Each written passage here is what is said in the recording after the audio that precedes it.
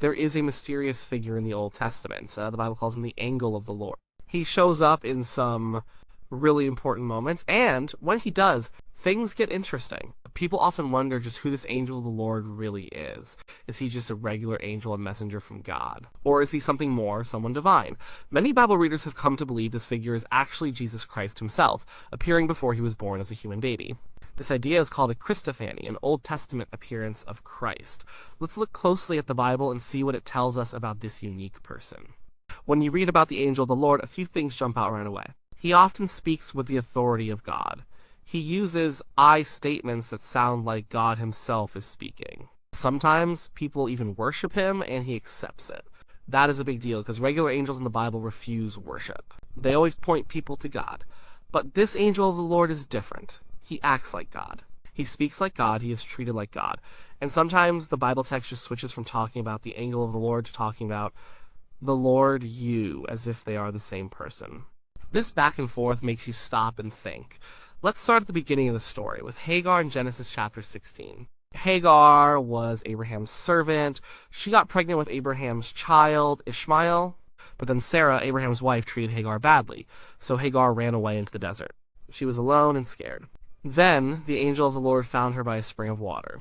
The angel asked her where she was going. Hagar told him she was running from Sarah. The angel of the Lord then told Hagar to go back to Sarah and submit to her. But then he made a promise. He said, I will multiply your offspring greatly, so that they cannot be counted for multitude.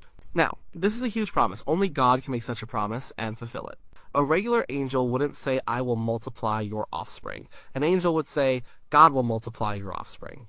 But this angel of the Lord spoke in the first person as if he himself was God making the promise. Then the angel gave Hagar more details. He said she would have a son and should name him Ishmael. He even described Ishmael's character. After all this, Hagar called the name of the Lord who spoke to her, You are a God who sees. She said, Have I not even here seen him who sees me? Think about that. She called the speaker God. The angel of the Lord made divine promises, and Hagar recognized him as God. This is one of the first clues that this angel is no ordinary angel. He is a divine being. Another really powerful example comes in Genesis chapter 22, the story of Abraham and Isaac. God told Abraham to sacrifice his son Isaac. Abraham obeyed. He took Isaac to the mountain. He built an altar and tied Isaac up. He raised his knife to kill his son. But then the angel of the Lord called to him from heaven. The angel said, Abraham, Abraham. Abraham answered, Here I am. Then the angel said, Do not lay your hand on the boy or do anything to him, for now I know that you fear God, seeing you have not withheld your son, your only son, from me. Did you catch that? The angel said, Now I know that you fear God, and then you have not withheld your son from me. The angel directly connected Abraham's obedience to God with his obedience to the angel himself. The angel took the personal pronoun, me, as the recipient of Abraham's ultimate sacrifice. This is huge. It shows the angel identifies himself with God, and that to obey him is to obey God. Again, a regular angel would never say, You have not withheld your son from me in this context. They would say, from God. This angel speaks as God. Moving on to Jacob, we see the angel again. In Genesis 31, Jacob is talking with his wives, Rachel and Leah. He tells them about a dream he had. He says, The angel of God said to me in the dream, Jacob, and I said, Here I am. He said, Lift up your eyes and see. All the male goats that mate with the flock are striped, spotted, and mottled. For I have seen all that Laban is doing to you. I am the God of Bethel, where you anointed a pillar and made a vow to me. Now arise, go out from this land, and return to the land of your kindred. This is another clear instance. The angel of God first identifies himself as the one speaking. But then he says, I am the God of Bethel. And remember what happened at Bethel. In Genesis 28, Jacob had a dream of a ladder to heaven. God stood above it and spoke to Jacob, making promises to him. Jacob woke up and said, Surely the Lord is in this place. This is none other than the house of God, and this is the gate of heaven. He set up a pillar and called the place Bethel, which means house of God. He made a vow to God there. So when the angel of God in Genesis 31 says, I am the God of Bethel, where you anointed a pillar and made a vow to me, he is saying, I am the very God who appeared to you at Bethel. The angel is directly identifying himself as Yih, the God of Jacob. This is not just a messenger. This is the divine sender himself. One of the most famous encounters is with Moses at the burning bush in Exodus chapter 3. This story is central to Israel's history. It starts like this. Now Moses was keeping the flock of his father-in-law, Jethro. And the angel of the Lord appeared to him in a flame of fire out of the midst of a bush. He looked, and behold, the bush was burning, yet it was not consumed. So the angel of the Lord appears in the bush. But then, in the very next verse, it says, "When the Lord saw that he turned aside to see, God called to him out of the bush, 'Moses, Moses.'" Do you see the switch? First, it is the angel of the Lord, then it is the Lord and God speaking from the same bush. The voice from the bush says, "I am the God of your father, the God of Abraham, the God of Isaac, and the God of Jacob." Moses hid his face, for he was afraid to look at God. Here, the angel of the Lord is the one in the bush, but the voice that speaks from the bush is explicitly identified as God. And the content of God's speech is what you would expect from the Almighty. He knows Israel's suffering. He is sending Moses to deliver them, and he reveals his name, I am, woe, I am. This passage strongly suggests that the angel of the Lord is a manifestation of God himself. The angel is the visible form, and the voice is God's voice. They are one and the same divine being, revealing himself in a specific way to Moses. Let's look at Balaam in Numbers chapter 22. Balaam was a prophet hired to curse Israel, but God wanted him to bless them. As Balaam rode his donkey, the angel of the Lord stood in the road to oppose him. The donkey saw the angel, but Balaam did not. The donkey turned off the path, and Balaam beat her. This happened 3 times. Finally, the angel of the Lord stood in a narrow place, where the donkey had nowhere to turn. The donkey lay down, and Balaam beat her again. Then the Lord opened the mouth of the donkey, and she spoke to Balaam. After the donkey spoke, then the Lord opened the eyes of Balaam, and he saw the angel of the Lord standing in the way, with his drawn sword in his hand. The angel spoke to Balaam, rebuking him. The angel said, "I have come out to oppose you because your way is perverse before me." And, later, "Go with the men, but only the word that I speak to you that you shall speak." Here, the angel of the Lord is speaking as me, demanding that Balaam speak only the words he gives him. It's a divine command. And earlier in the chapter, it was God who told Balaam not to go, and then permitted him to go, but only if he did what God told him. The angel here takes on the role of God, giving divine instructions and warning. When Joshua was about to lead Israel into the Promised Land, he had an encounter in Joshua chapter 5. He was near Jericho and looked up to see a man standing with a drawn sword. Joshua asked him, "Are you for us, or for our adversaries?" The man replied, "No, but I am the commander of the army of the Lord. Now I have come." Then Joshua fell on his face to the earth and worshipped. He asked, "What does my Lord say to his servant?" And the commander of the Lord's army said to Joshua, "Take off your sandals from your feet, for the place where you are standing is holy." Joshua did so. This is extremely significant. Joshua worshipped this figure, and the figure accepted the worship. Not only that, but the command to take off his sandals is the exact same command God gave to Moses at the burning bush. This commander is essentially saying, "I am holy, and this ground is holy because I am here." This is an act of a divine being. This figure, often identified with the angel of the Lord, is clearly taking on the prerogatives of God. Moving into the time of the Judges, we find the angel of the Lord appearing to Gideon in Judges chapter 6. Israel was oppressed by the Midianites. Gideon was threshing wheat in secret to hide it from the enemy. Now the angel of the Lord came and sat under the terebinth at Ophrah, which belonged to Joash the Abiezrite, while his son Gideon was beating out wheat in the winepress in order to hide it from the Midianites. The angel of the Lord said to him, "The Lord is with you, O mighty man of valor." Gideon was skeptical. He complained about Israel's situation. The angel of the Lord then turned to him and said, "Go in this your strength and save Israel from the hand of Midian. Do not I send you?" This is a direct command from the angel, speaking as the one who sends. Gideon asked for a sign. He prepared an offering of meat and unleavened cakes. The angel of God told him to place them on a rock. Then the angel of the Lord put out the tip of the staff that was in his hand and touched the meat and the unleavened cakes, and fire sprang up from the rock and consumed the meat and the unleavened cakes. Then the angel of the Lord vanished from his sight. Gideon immediately realized who he had been speaking with. Then Gideon perceived that it was the angel of the Lord. And Gideon said, "Alas, O Lord God, for now I have seen the angel of the Lord face to face." Gideon was terrified, believing he would die because he had seen the angel of the Lord. But then the Lord said to him, "Peace be to you. Do not fear, you shall not die." This is an incredible sequence. The angel performs a miraculous sign. Gideon realizes it's the angel of the Lord, fears death from seeing the angel, and then the Lord speaks to calm his fears. The text seamlessly shifts from the angel to the Lord, indicating they are the same divine person. Gideon's fear of death comes from seeing a divine being, which in the Old Testament was a common reaction to encountering God himself. Perhaps One of the clearest examples is the story of Manoah and his wife, the parents of Samson, in Judges chapter 13. The angel of the Lord appeared to Manoah's wife, telling her she would have a son, Samson, who would deliver Israel. She told her husband, Manoah. Manoah prayed that the man of God would appear again. And God listened to the voice of Manoah, and the angel of God came again to the woman as she was sitting in the field. When the angel appeared again, Manoah joined them. He asked the angel his name. The angel said, "Why do you ask my name, seeing it is wonderful?" This word wonderful, PLA, is often used in connection with God's miraculous acts. Later, when they offered a young goat as a sacrifice, when the flame went up toward heaven from the altar, the angel of the Lord ascended in the flame of the altar. Manoah and his wife saw this, and they fell on their faces to the ground. The angel of the Lord appeared no more to Manoah and to his wife. Then Manoah knew that he was the angel of the Lord. And Manoah said to his wife, "We shall surely die, for we have seen God." There it is, plain and simple.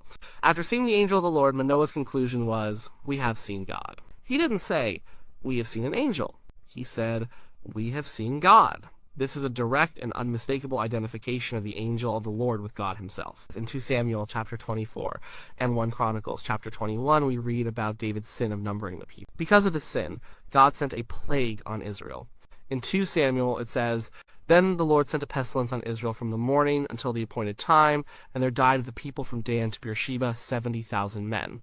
And when the angel stretched out his hand toward Jerusalem to destroy it, the Lord relented from the calamity and said to the angel who was working destruction among the people, 'It is enough, now stay your hand.' And the angel of the Lord was by the threshing floor of Araunah the Jebusite." Here, the angel of the Lord is the one carrying out God's judgment, bringing the plague. God speaks to the angel, telling him to stop.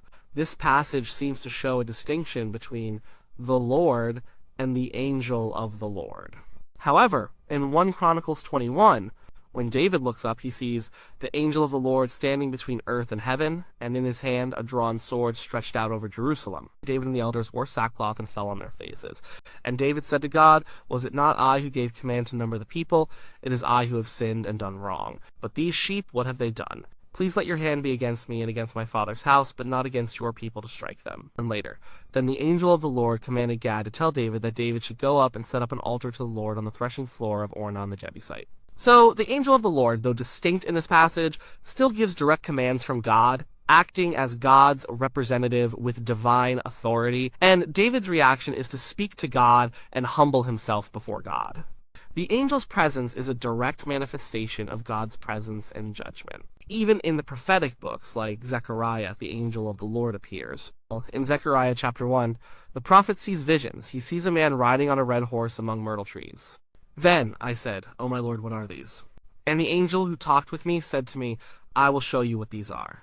And the angel of the Lord answered and said, 'O Lord of hosts, how long will you have no mercy on Jerusalem and against the cities of Judah, against which you have been angry these 70 years? Then the Lord answered the angel who talked with me with gracious and comforting words." Here, the angel of the Lord is distinct from the Lord of hosts. The angel intercedes on behalf of Jerusalem. This is a common role for angels. However, in Zechariah chapter 3, we see something different. Zechariah sees Joshua the high priest standing before the angel of the Lord, and Satan standing at Joshua's right hand to accuse him. And the Lord said to Satan, "The Lord rebuke you, O Satan. The Lord who has chosen Jerusalem rebuke you. Is not this a brand plucked from the fire?" Wait, did you see that? The angel of the Lord is there, but the Lord is the one rebuking Satan.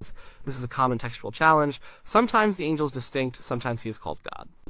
But then the angel of the Lord himself acts with divine authority. He speaks to Joshua, saying, "Behold, I have taken your iniquity away from you, and I will clothe you with glorious apparel." And he makes a prophecy, "Hear now, O Joshua the high priest, you and your companions. Behold, I will bring my servant the branch." The branch is a messianic title. So, the angel of the Lord who intercedes for Israel and stands as a divine judge also forgives sin and prophecies about the coming Messiah. Forgiving sin is something only God can do. When we put all these examples together, a strong pattern emerges. The angel of the Lord often speaks as God using E for divine actions and promises. He accepts worship, which no created angel would ever do. People who encounter him often realize they have seen God. And the biblical text itself frequently shifts between the angel of the Lord and the Lord, you as if they refer to the same person. He performs divine actions like forgiving sin, judging, making covenant promises, and leading Israel. So, Who is this divine figure? The evidence points strongly to the conclusion that the angel of the Lord is not just an ordinary angel. He is a divine being, a manifestation of God himself. And for Christians, the most compelling explanation is that this is a pre-incarnate appearance of Jesus Christ. Think about it. The Bible teaches that there is one God, but in three persons: the Father, the Son Jesus, and the Holy Spirit. These three persons are distinct, yet they are all fully God. In the Old Testament, the invisible God often made himself visible through various appearances. These appearances are called theophanies, appearances of God, or Christophanies, appearances of Christ. Jesus, in the New Testament, is described as the image of the invisible God. Colossians chapter 1, verse 15. John chapter 1, verse 18 says, "No one has ever seen God, the only God, who is at the Father's side. He has made him known." If no one has ever seen God the Father, then who was it that Abraham, Jacob, Moses, Gideon, and Manoah saw and called God? It makes sense that it was Jesus, the Son of God, the one who would later become flesh and dwell among us. He is the one who makes the invisible God visible. This idea fits perfectly with the nature of Jesus as the eternal Son of God. He didn't start existing when he was born in Bethlehem. He has always existed. He was with God in the beginning. John chapter 1, verse 1-3. So, it is entirely logical that he would be active in the Old Testament, interacting with humanity, guiding his people, and revealing himself in various ways. The angel of the Lord fits this pattern perfectly. He is the divine messenger, because angel means messenger. But he is a messenger who speaks and acts with the full authority and identity of the one who sent him, because he is also the sender. He is God himself. Understanding the angel of the Lord as a pre-incarnate Jesus, a Christophany helps us see the continuity of God's work throughout history. It shows that Jesus wasn't just a New Testament phenomenon. He was active from the very beginning. He was present with his people in their desert wanderings, guiding them, protecting them, and speaking to them. This deepens our understanding of Jesus' eternal nature and his constant involvement in the story of salvation. When the angel of the Lord promises Hagar countless descendants, it is Jesus, the one through whom all things were created, making a divine promise. When the angel of the Lord tells Abraham not to sacrifice Isaac, saying, "You have not withheld your son from me," it is Jesus, who would one day be the son sacrificed for all, acknowledging Abraham's faith. When the angel of God identifies himself as the God of Bethel to Jacob, it is Jesus, who is the Alpha and Omega, revealing his eternal identity. When the angel of the Lord speaks from the burning bush as "I am," it is Jesus, who later would claim before Abraham was, "I am," revealing his divinity to Moses. When the commander of the Lord's army accepts Joshua's worship and makes the ground holy, it is Jesus, the true commander and king, asserting his holiness. When the angel of the Lord consumes Gideon's offering and Gideon exclaims, "I have seen God," it is Jesus, the visible manifestation of God, accepting the offering and calming Gideon's fear. And when Manoah declares, "We have seen God," after the angel ascends in the flame, it is Jesus, the Son, allowing himself to be seen in a pre-incarnate form. And in Zechariah, when the angel of the Lord forgives Joshua's sin and speaks of "my servant the branch," it is Jesus, our high priest and coming Messiah, who alone has the power to forgive sin and fulfill prophecy. Some people might argue that the angel of the Lord is just a very powerful angel, a chief angel perhaps. They might say he speaks for God, not as God. But this interpretation struggles with a few key points. First, the acceptance of worship. No created being in the Bible, no matter how powerful, accepts worship.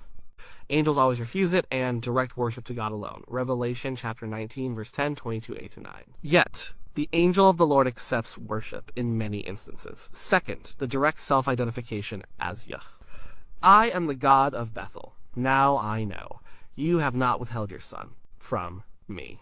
These are not the words of a mere messenger. These are the words of God himself. Third, the seamless way the text switches between angel of the Lord and the Lord God. This kind of interchangeability strongly suggests they are one and the same divine being. Other views suggest a distinct divine being, but not necessarily Jesus. But the New Testament's teaching about Jesus being the only one who truly reveals the Father, John chapter 1, verse 18, and being the image of the invisible God, Colossians chapter 1, verse 15, makes the Christological interpretation the most consistent and satisfying one for those who believe in the Trinity. Jesus is the divine person who appears and makes God known.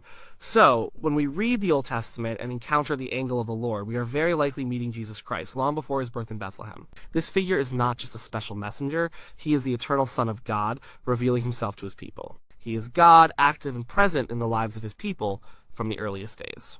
This understanding gives a richer, deeper picture of God's ongoing relationship with humanity, and it shows the consistent, eternal nature of Jesus Christ. He was and is to come. He was there then, and he is here now. It's a beautiful mystery, but one that the Bible seems to point to quite clearly.